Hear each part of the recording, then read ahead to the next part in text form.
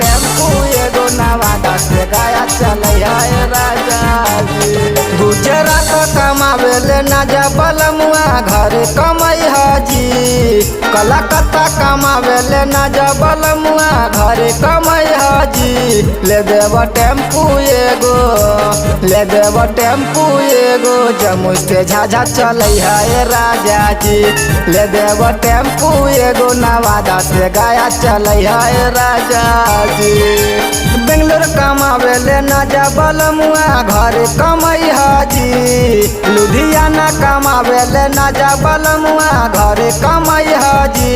ले देव टेम्पू एगो, ले देव टेम्पू एगो ढाका से बांका चले है राजा जी। ले देव टेम्पू एगो ढाका से बांका चले है राजा जी।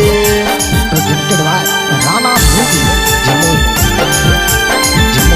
ले देव टेम्पू एगो जमुई से झाझा चले है राजा जी।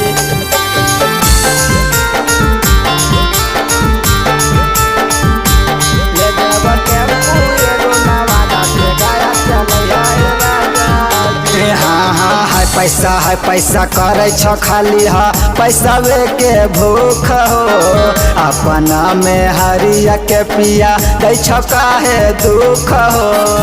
ए पिया सुन न हो, है पैसा करे छ खाली हा पैसा वे के भूख हो।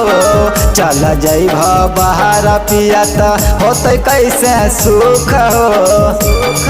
हरियाणा कमावेले ना जा बलमुआ घरे कमई हाजी, दिल्ली कमावेले ना जा बलमुआ घरे कमई हाजी। ले देव टेम्पू एगो, ले देव टेम्पू एगो गिधौर से झाझा चले है राजा जी। ले देव टेम्पू एगो संग्रामपुर से मुंगेर चले है राजा जी।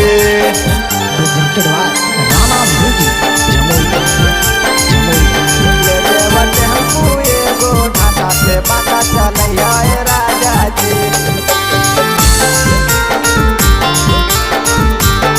ले देव टेम्पू एगो नवादा से गया चले है राजा जी। हाँ रोहित रंगीला पिया मानिल मोर बात हो, जय बहारा पिया तो कैसे कटत रात हो।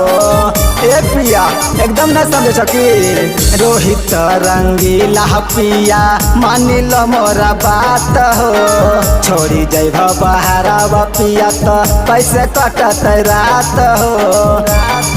पंजाब कमावेले ना जा बलमुआ घर कमई हाजी, गुजरात कमावेले ना जा बलमुआ घर कमई हाजी।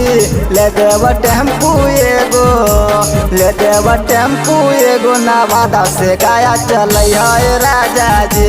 ले देव टेम्पू एगो जसीडी से देवघर चले है राजा जी। हाँ अब तरह यहाँ लोकले काम देवा। Presented by Rana recording studio Dighi Jamui.